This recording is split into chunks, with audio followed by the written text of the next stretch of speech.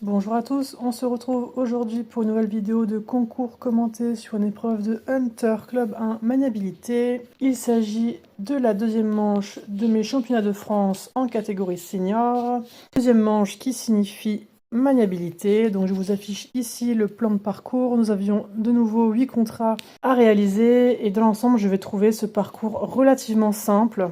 Nous avions 2 contrats de foulée à réaliser, donc un en ligne droite et un dans une légère ligne courbe. D'ailleurs, le dernier contrat de foulée, ça va être à la limite le seul contrat que je vais trouver un petit peu technique. Le reste, vraiment, rien de bien irréalisable.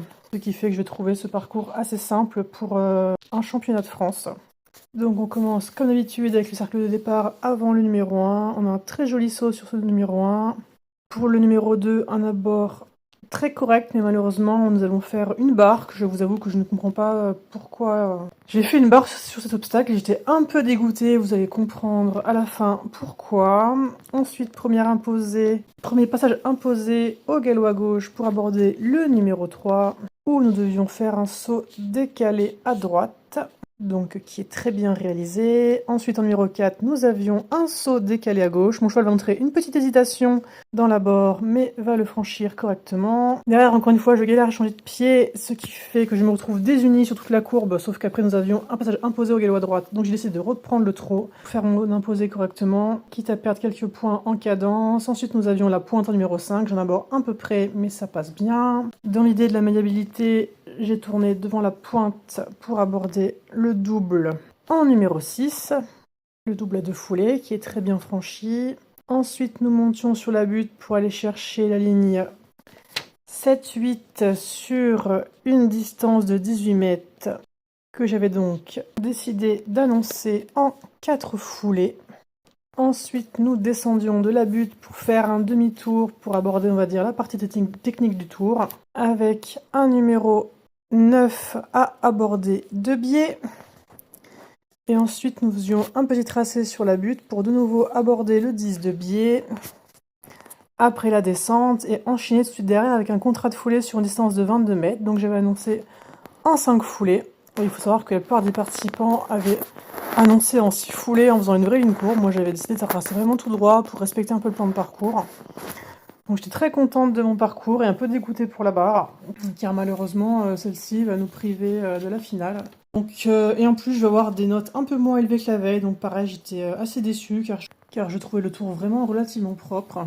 Pour mes notes de cavalier, pour mon attitude et mon équilibre, j'ai eu 7,75, on me reproche mes talons remontés.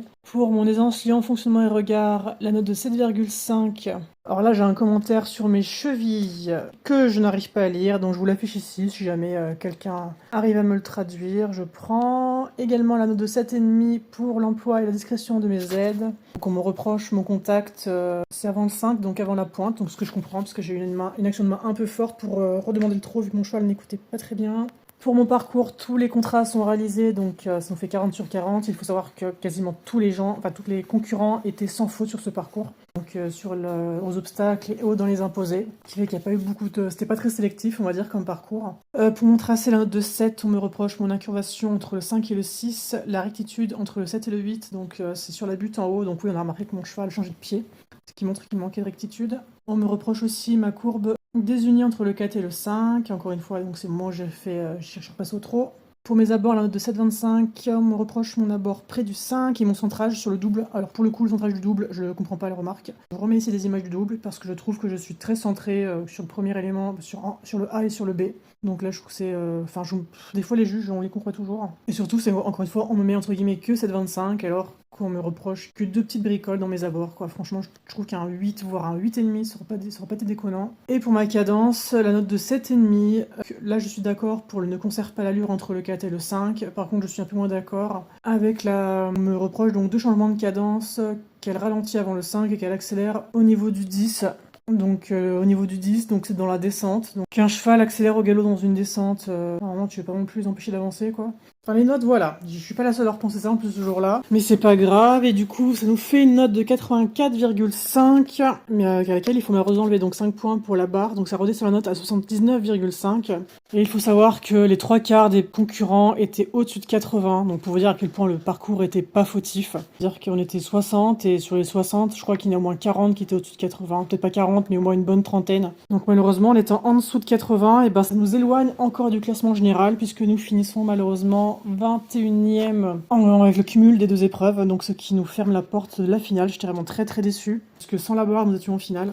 Donc voilà, je ressors assez frustrée des résultats de mon championnat, même si encore une fois, on est toujours très content d'y être, c'était toujours une belle expérience. Mais même si on espère toujours faire un peu mieux, surtout au vu des notes que nous sommes capables de sortir durant la saison. Mais voilà, donc c'est la fin de cette saison 2026.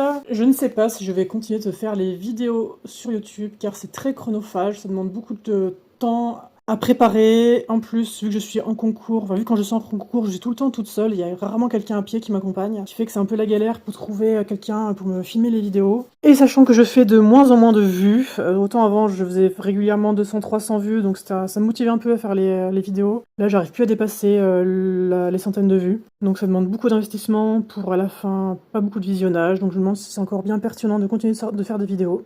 Mais si jamais vous voulez que je continue, n'hésitez pas à vous manifester dans les commentaires, ça me fera très plaisir de vous lire. Mais en attendant, je vous souhaite à tous un bel été et on se retrouve peut-être pour de prochaines vidéos.